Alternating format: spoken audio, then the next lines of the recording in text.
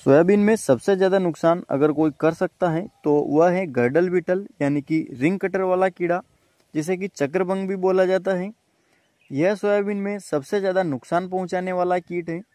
अगर इसका तगड़ा अटैक आ जाता है और इसे समय रहते कंट्रोल नहीं करते हैं तो यह कीट अकेला ही सोयाबीन की फसल में 50 से 60% तक नुकसान कर सकता है, यानी कि सीधे हमारी पैदावार आधी हो जाएगी। एक रिसर्च के मुताबिक महंगी से महंगी दवा डालने के बाद भी इसकी इल्ली यानी लार्वा को केवल अधिकतम 64% तक ही कंट्रोल किया जा सकता है। लेकिन अगर एक बार आप इसे समझ लेते हैं कि यह गर्डल बीटल यानी रिंग कटर फसल में कब आता है और कैसे नुकसान करता है, इसके आने के लक्षण क्या क्या हैं, इसे किस प्रकार से कंट्रोल किया जा सकता है, कौन सी दवाओं का और कितनी बार स्प्रे किया जाना चाहिए, इसका पूरा जीवन चक्र और इससे छुटकारा पाने का परमानेंट इलाज क्या है, इन सभी के बारे में अगर आपको पूरी जानकारी हो तो आप अभी और भविष्य में भी अपनी फसल को गर्डल बीटल से सुरक्षित कर पाएंगे। महत्वपूर्ण जानकारी के लिए आप इस वीडियो को अंत तक जरूर देखें। इसकी पूरी जानकारी उपाय और समाधान के साथ डिटेल में मिलेगी। यह जो रिंग कटर वाला कीट है जिसे कि गर्डल बीटल बोला जाता है, इसके सिर का आगे का हिस्सा काला और पीछे का कुछ हिस्सा काला होता है और बीच में यह केसरिया रंग का होता है। लेकिन बढ़ती उम्र के साथ साथ धीरे धीरे यह पूरा काले रंग का भी हो जाता है, जैसा कि आप इस वीडियो में देख पा रहे हैं। सोयाबीन की फसल में यह कीट 15 जुलाई से अक्टूबर महीने में एक्टिवेट रहता है। इसका पहला और मेन अटैक 15 जुलाई से 15 अगस्त के बीच में आता है। यह कीट सोयाबीन की फसल में 30 दिनों की अवस्था से लेकर 75 दिनों की अवस्था तक नुकसान करता है। गर्डल बीटल की जो मादा मक्खी होती है वह पौधे के तने में, शाखाओं में या फिर पत्तियों के डंठल में, तीनों में से किसी भी एक जगह इस प्रकार से दो रिंग बनाती है। जैसा कि आप वीडियो में देख रहे हैं, दोनों ही रिंग के बीच में गैप होती है। इस गैप के नीचे वाली रिंग के पास में थोड़ा सा बड़ा छेद करके यह उसमें अपना अंडा दे देती है, जो कि अंडा पीले रंग का होता है।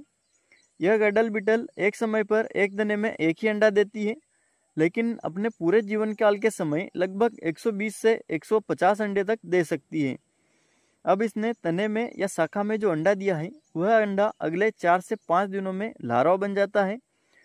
लेकिन यह रिंग कटर जब रिंग बनाकर अंडे देती है तब उससे अगले 1 या 2 घंटे में पौधे के ऊपर की पत्तियां मुरझा जाती हैं, क्योंकि जहां से कट लगाए हैं वहां ऊपर फूड मटेरियल की सप्लाई होना बंद हो जाती है। तो यह एक लक्षण है गर्डल बीटल के अटैक को पहचानने का। जब इसका लार्वा तने को खाना शुरू करता है तो ऐसे ही यह 30 से 60 दिनों तक तने के अंदर ही अंदर घूमता है और यह पूरे तने को खोखला कर डालता है, जिसके कारण पैदावार में भारी कमी आती है, फलियां कम आती हैं और अगर इसका लेट अटैक आता है तो फलियों में दाना भराव नहीं हो पाता है। फिर उसके बाद में जब यह कीट तने को खाते हुए नीचे आता है तो ज़मीन से लगभग 3 या 4 इंच ऊपर एक कट लगाता है और तने के ऊपरी हिस्से को काटकर नीचे गिरा देता है।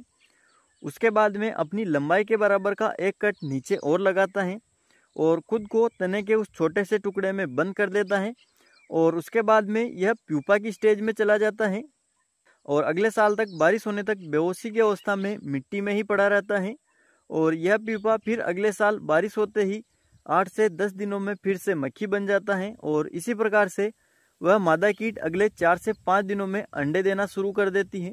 तो ऐसे ही इसका लाइफ साइकिल चलता रहता है।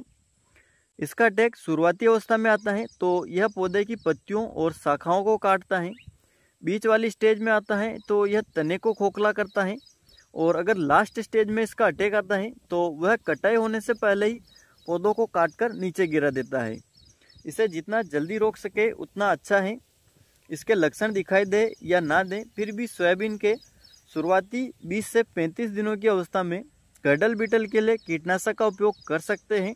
अगर शुरुआती अवस्था में कम अटैक हैं या अटैक आने से पहले स्प्रे करना चाहते हैं तो वहां पर आप प्रोफेनोफास 50% ईसी ले सकते हैं, जो कि 400 ml प्रति एकड़ के हिसाब से लेना है, या फिर आप क्विनालफास 25% ईसी, इसे भी 400 ml प्रति एकड़ के हिसाब से ले सकते हैं, या इन दोनों के अलावा आप क्लोरोपाइरीफास का प्रयोग भी कर सकते हैं।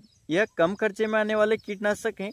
अटैक आने के बाद में मीडियम रेंज के खर्चे में आप थायोमेथोक्साम प्लस लेमडासाइलोथ्रिन, जो कि सिजेंटा की एलिका में मिलता है, या फिर आप बीटासाइक्लोथ्रिन प्लस इमिडाक्लोरपिड ले सकते हैं, जो कि सोलोमोन में आता है, या फिर आप इमामेक्टिन बेंजोएट 1.9% EC या थाइक्लोप्रिड का इस्तेमाल भी कर सकते हैं। यह सब मीडियम खर्चे के कीटनाशक हैं और सोयाबीन रिसर्च सेंटर इंदौर द्वारा भी इन दवाओं के प्रयोग की सलाह दी गई है। इसके अलावा अगर आप महंगी दवाओं का प्रयोग करना चाहते हैं तो उसमें आप क्लोरेंट्रानिलिप्रोल यानी कि कोराजन और एम्प्लीगो को ले सकते हैं। यह सभी दवाइयाँ गर्डल बीटल पर काम करती हैं। इनमें से अलिका, सोलोमोन, इमामेक्टिन बेंजोएट और क्विनालपास के रिजल्ट सबसे अच्छे हैं। गर्डल बीटल के साथ साथ यह रस चूसक कीटों और इल्लियों पर भी अच्छा नियंत्रण देते हैं। इनमें से आप फसल की अवस्था, अटैक और अपने बजट के हिसाब से कोई भी कीटनाशक लें और कम से कम 1 या 2 बार स्प्रे जरूर करें। पहला स्प्रे फूल आने से पहले और दूसरा स्प्रे कर बनते समय अच्छी वाली चिपको के साथ मिलाकर आपको स्प्रे करना है।